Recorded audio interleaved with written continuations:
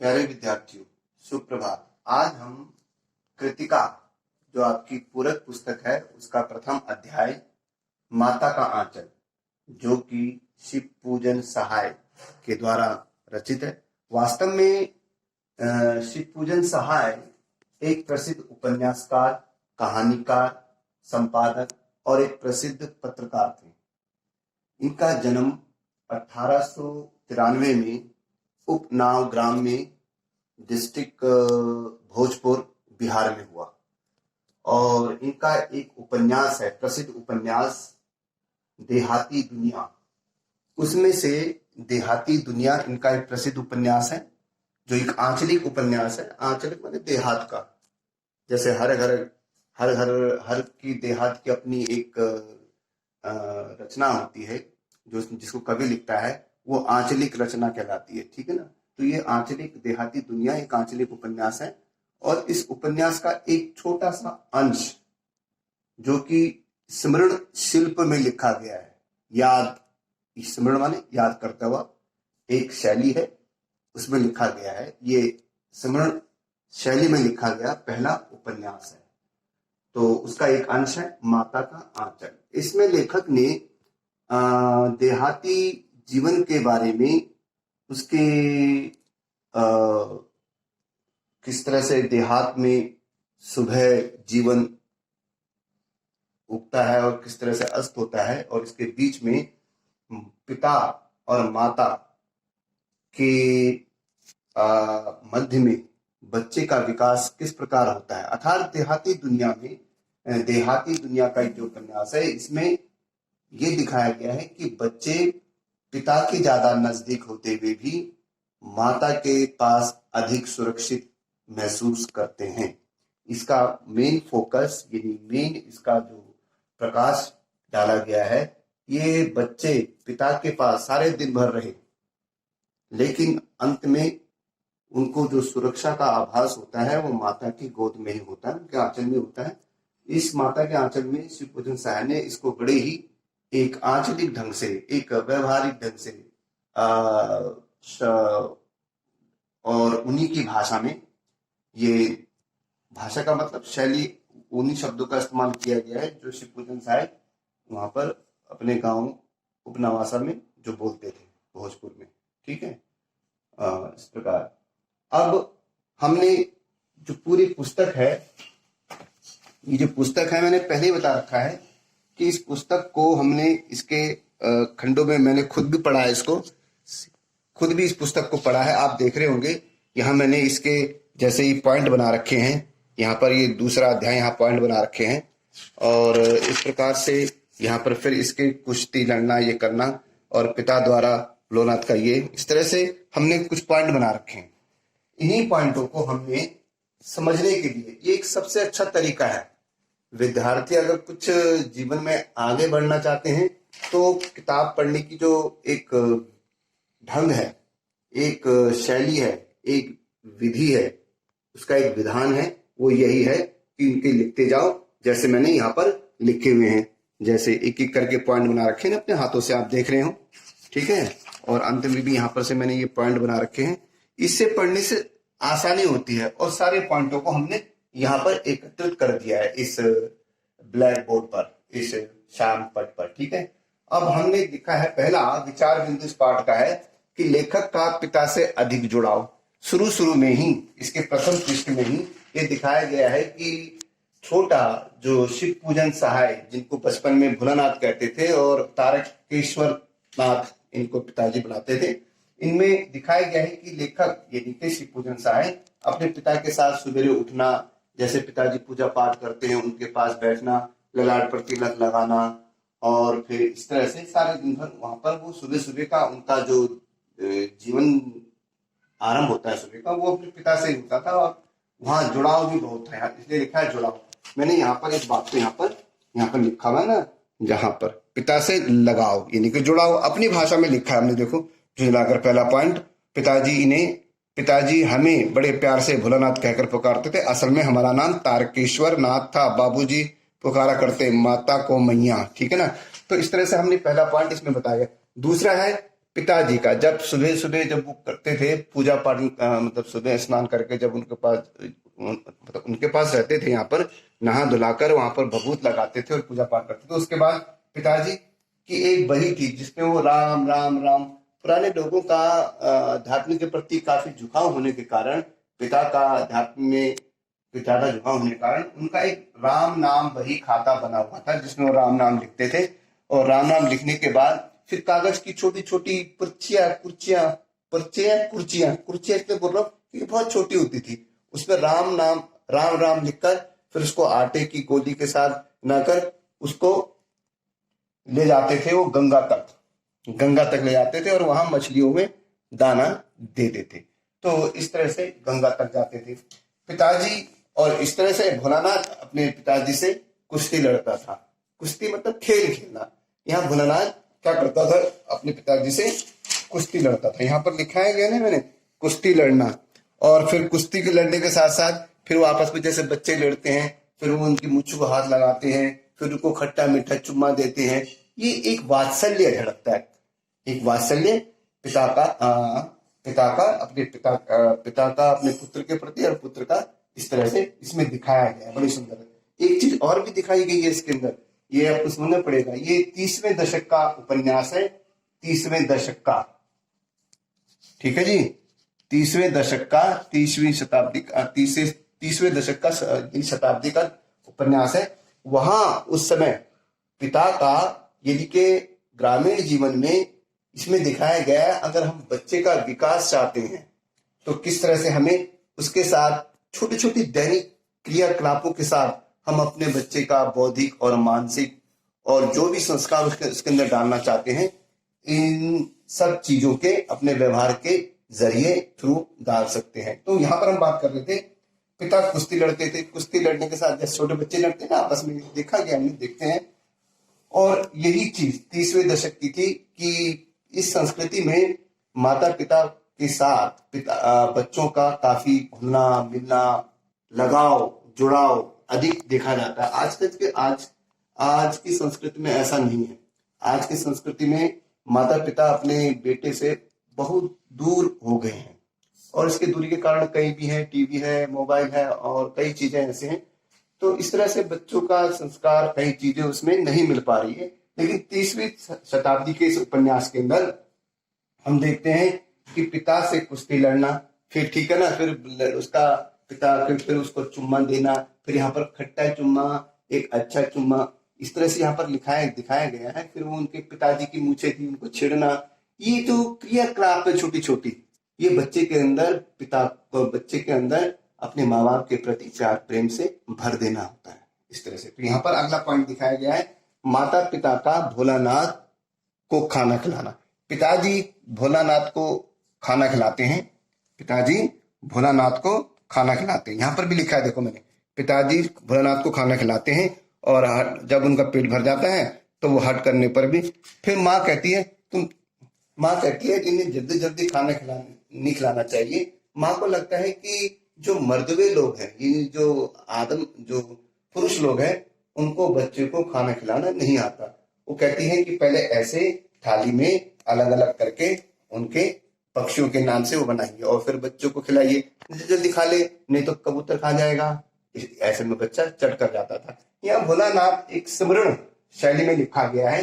वो खुद कहते हैं कि माँ मुझे ऐसे खाना खिलाती थी और इस तरह करके मैं सारा चिड़िया उड़ाने से पहले ही उनको खा लेता था।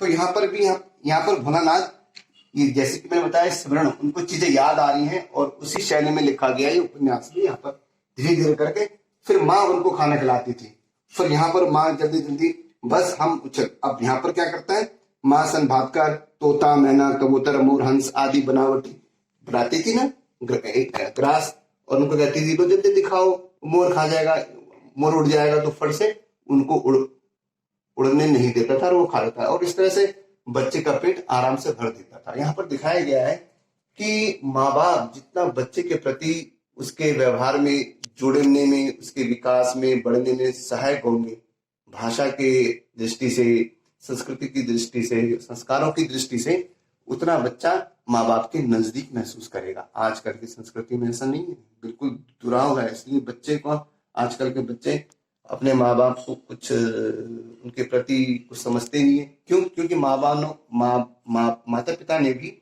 उन्हें बचपन में वो लाड प्यार, वो निकटता, वो नजदीकी जो भोलानाथ को मिल रही है, आजकल के संस्कारों में नहीं है। इसलिए ये थोड़ा तुलनात्मक अध्ययन भी करते हुए आगे बता रहा हूँ, ठीक है। माता पिता का भोलानाथ रखना। फिर यहाँ पर माँ के द्वारा सिर पर तेल लगाना। फिर यहाँ पर मैंने यहाँ लिखा हुआ है कि भोलानाथ को तेल लगाना। यहाँ पर छप छपाक से तेल लगाती है, तो फिर यहाँ पर से तेल लगाती है और बच्चों जब माँ उसके सर में तेल लगा देती है तो अच्छे खासे फिर भोलानाथ अपने दोस्तों के साथ, अपने मित्र मंडली के साथ चला जाता है। अब यहाँ पर ये दिखाया गया है कि यहाँ पर जो हमने चैप्टर में है ये दिखाया गया है कि यहाँ पर बाहर आते ही यहाँ पर तेल लगा बिंदी यानी सजाना। आप इसको बिंदु, आप इस बिंदु को यहाँ मैंने लिखा है माँ द्वारा सिर पर तेल लगाना, आप लिखो माँ द्वारा बच्चे को तेल और सजाना। अपने अपने विचार बिंदु हैं। तो यहाँ पर मैंने लिखा है कि वो सजाती थी, उनके माथे की टिंगिया काजल बिंदिया लगाकर और चोटी गूंथती थी और इस तरह से, और फूलदार लट्टू बनाकर रंगीन कुर्ता वगैरह, ये सजाना पॉइंट हो गया, सजाती थी। फिर इतने में वो अपने दोस्तों के साथ चला जाता था। अब जो भी उस समय ग्रामीण संस्कृति में बच्चे के खेलने कूदने के जो साधन थे उनका प्रयोग दिखाया गया है कि बच्चे शरारत खेल कूद कैसे करते थे, अपने मनोरंजन के साधन या दोस्तों के साथ कैसे खेलते थे। तो बच्चों द्वारा मिठाई की दुकान बनाते थे। यहाँ पर मैंने लिखा है तमाशे, अलग अलग प्रकार के तमाशे करते थे। तमाशे का मतलब खेल कूदना, जैसे कि मिठाई की दुकान यहाँ पर लिखा गया है, बच्चे द्वारा मिठाई की दुकान बनाना। अब मिठाई की दुकान के अंदर वो चीजें, मिठाई किस किस चीज की बनाते थे, वो जो सामग्री इस्तेमाल करते थे वो टूटी फूटी चीजें, उन्हीं से वो मिठाई की चीजें बनाते थे। ठीक हो गया। मिठाई की दुकान जिसमें चिलम के खोमचे पर और थाली में टेढ़े ढेले के लड्डू, पत्तों की पूरी कचौरियां, गीली मिट्टी की जलेबियां, भूटे गुड़ गुड़, इस तरह से यहाँ पर वो अपनी मिठाई की दुकान सजाते थे। प्रश्न आ सकता है कि भोलानाथ अपने मित्रों के साथ जो मिठाई की दुकान कैसे सजाता था, या मिठाई भोलानाथ का मिठाई की दुकान का एक चित्र प्रस्तुत कीजिए इस तरह से। आगे वो घरौंदा बनाते थे, घर बनाते थे। तो इसके अंदर यहाँ पर भी मैंने लिखा है घरौंदा बनाना, घर बनाना किस तरह से, जो धूल की मेड़ दीवार पर और तिनकों का छप्पर, दातुन के खंभे, दिया सलाई की पेटियां, घड़े की मुंडी, चोला चक्की, दिए और कढ़ाई, और बाबूजी पूजा वाली आचमनी कलछी बनाते थे। पानी की घी, धूल की पिसान, बालू की चीनी से हम लोग जोनार तैयार करते थे और लोगों को जोनार बिठाती थी, यानी भोजन तैयार करते थे और वहां बैठ जाते थे। इतने में बाबूजी भी बैठते थे और बाबूजी कहते लाओ हमें भी परोसो भोजन। तब बच्चे मुस्कुराकर खिलखिलाकर हंसकर भाग जाते। तो यहाँ पर इस तरह से यहाँ पर दिखाया गया घरौंदा बनाना, बारात का जुलूस निकालना। जब वो बारात निकालते थे, जो टूटी फूटी सामग्री है, कनस्तर, उसको बजाकर बैंड बनाकर और पालकी बनाकर उसमें पर्दा लगाकर, यहाँ पर आया है मैंने लिखा है यहाँ पर बारात का जुलूस निकालना, खट, और यहाँ पर इस तरह से बनाते थे। ओहार डालकर, लाल ओहार खटोली डालकर इस तरह से वो दुकान सजाते थे, बारात सजाते थे। और काठ की पटरियों से गोबर से लीपे आम और केले की टहनी सजाकर आंगन की कुल्हिए और कलसा रखा जाता था और वहीं बारात फिर लौट आती थी। लौटते समय खटोली पर लाल अहोर डालकर उसमें दुल्हनिया का चढ़ा दिया जाता था और लौट आने पर बाबूजी जूं का त्यों ओहार उधार दुल्हनिया का मुख निहारने लगते थे और त्यों के त्यों हंसकर सब भाग जाते थे। तो इस तरह से यहाँ पर छोटी छोटी मैंने पॉइंट बना रखे हैं, इनसे हमें पता रहता है कि ये पॉइंट है और इस पार्ट के अंदर ये है, वो समझने में अच्छा होता है। यहाँ पर फिर खेती करते थे, वो खेती के अंदर वो खेती करना उनका एक खेल था। फिर ददरी के मेले में जब लोग जाते थे तो उन लोगों को छेड़ते थे ये लोग, ये भोलानाथ और उसके जो साथी। ददरी के मेले नाम है जगह का, मेले में जब लोग जा रहे होते हैं तो उनको परेशान करना, मैंने देखा ना परेशान करना, तो लोग बच्चे उनको परेशान करते थे। यानी अपने मनोरंजन के साधनों को या तो वहीं के द्वारा जो बेकार की चीजें पड़ी हैं उनको इस्तेमाल करके, या एक दूसरे के ऊपर कमेंट्स करके, या हंसी किसी के या किसी के ऊपर हंसकर वो अपना मनोरंजन का साधन करते थे। फिर दूसरा, आम के बाग में शैतानी करते। आम के बाग में भी शैतानी, इन्होंने आम के बाग में भी शैतानी यहाँ पर देखने को मिलती है। आम के बाग में शैतानी। यहाँ पर खेती करना, यहाँ पर लिखा ना खेती करना। फिर ददरी के मेले में जाते हुए लोगों को तंग करना। क्या कहते थे, चलो भैया ददरी सातु पीसन की मोटरी, अगर किसी दूल्हे के आगे आगे जाती तो ओहरदार पालकी। ओहरदार माने वो पालकी जो कपड़े से ढकी होती है, जिसमें अंदर कोई देख ना सके, जो खूब जोर से चलाने लगते। रहरी में रहरी पुरानी रहरी, डोला की कन्या हमारी मेहरी। अर्थात उस चढ़ाते थे कि जो डोले के अंदर जो बहू बैठी है वो हमारी है। तो इस तरह से कभी कभी इस तरह से वो मजे लेते थे, आनंद मनाते थे, छेड़छाड़ करके उनके मनोरंजन के साधन साधन थे। आम का बगीचा शैतानी। दूसरा, अब यहाँ पर आम के बगीचे में भी जब सब लोग हवा चलती है तो आम झड़ जाते हैं, तो उसमें सब लोग मित्र मंडली जो वहां जाती है, और इतने में वहां का बाग का माली आ जाता है और उसको वो तो जो दूसरे लोग होते हैं, बच्चे होते हैं, भाग जाते हैं। ये बेचारा भरनाथ पकड़ा जाता है और उनको पकड़ के सबको ले जाते हैं, और इस तरह से तो यहाँ सब ले जाते हैं और बरखा बंद हो, ठीक है ना। तो इस तरह से यहाँ पर वो खेल करते थे। फिर इसके बाद आती है मूसल द्वारा शरारती बच्चों को यहाँ पर मूसल तिवारी को सताना। फिर मूसल तिवारी जो है एक कक्षा अध्यापक है, इनकी पाठशाला में अध्यापक है और इन्हें वो पढ़ाते हैं, तो उनको वो छेड़ते हैं बच्चे। यहाँ पर लिखा है, बरखा बंद होते ही बाग के बिच्छू नजर आए और वो बेजू बड़ा ढीठ था और संजोग से बीच में मूसल तिवारी मिल गया। ये मूसल तिवारी का मिल जाना, यानी बरखा के बाद भी मूसल तिवारी का मिल जाना, और बेचारे बूढ़े आदमी को सूझता कम था। वो थोड़ा सा, अब बूढ़े आदमी को थोड़ा एकदम समझ में नहीं आता ये कौन है क्या है। बेजू उनको चिढ़ाने कर बोला, बुढ़वा बेईमान मांगे करेले का चौका। हम लोगों ने बेजू के सुर में लाकर चिल्लाना शुरू कर दिया। मतलब बिना सोचे समझे यहाँ दिखाया गया है कि बचपन हर दुखों से, हर किसी के दुख तकलीफों से उसको अच्छा लग रहा है, बुरा लग रहा है, बेगाना होता है। उसको पता ही नहीं चलता है कि वो कोई किसी को बुरा लग रहा है, लेकिन उन्हें अपनी मस्ती ढूंढनी होती है। तो यहाँ पर दिखा रखा है, जब वो मूसल तिवारी को सताते हैं तो मूसल तिवारी विद्यालय में जाकर कुछ बच्चों को वारंट, यहाँ लिखा है ना वारंट,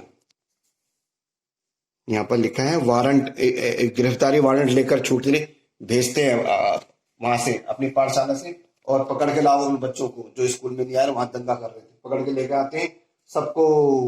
सबको फिर वहां पर शरारत मिलती है, तो इसके तो भोलानाथ को भी ले जाते हैं। भोलानाथ रोने लगता है, इतने में उसके पिताजी आते हैं और पिताजी भोलानाथ गोद में उठाकर ले जाते हैं। भोलानाथ रोने लगता है, ठीक है, रोने। उसके बाद चूहे के बिल में, लेकिन जैसे ही वहां पर बच्चे फिर आते हैं, भोलानाथ रोना भूल जाता है और अपने मित्रों के साथ फिर उनकी मित्र मंडली को में शामिल हो जाता है। तो यहाँ पर चूहे के बिल में पानी डाल देता है। अब ये क्या शरारत करते हैं, सब मित्र मंडली जा रहे होते हैं, वहां चूहे का बिल होता है, उसमें पानी डाल देते हैं, उसमें से चूहा तो नहीं निकलता लेकिन सांप निकल जाता है।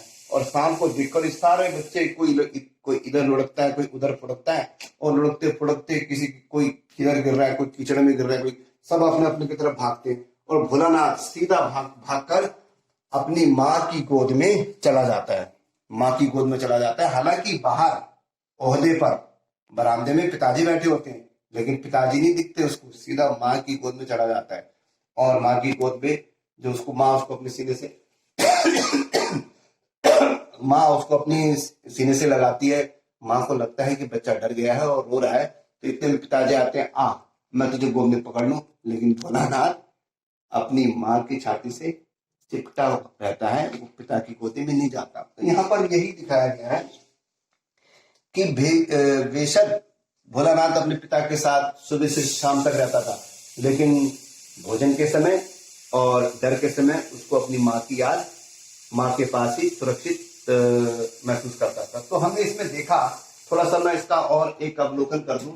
इसमें उस समय की ग्रामीण संस्कृति में बच्चे का पहला पॉइंट है कि माँ बाप किस तरह से बच्चों को लालन पालन करते हैं। यानी माँ बाप के लालन पालन में, बच्चे के लालन पालन में अगर माँ बाप उसके एक एक बढ़ते होने तक उसके साथ घुलते नहीं है, मिलते नहीं है, संस्कार नहीं देते हैं, तो इसमें ये दिखाया गया है। दूसरी बात, संस्कार डालते हैं उन खिलन द्वारा, और लाड़ प्यार भी मिलता है बच्चे को। बच्चा ऐसी स्थिति में लाड़ प्यार लेके बड़ा होता है, और बच्चे को भी महसूस होता है कि मेरे माँ बाप ने मेरे को लाड़ प्यार से पाला है, तो इनके प्रति मेरा कुछ कर्तव्य है। पहला पॉइंट।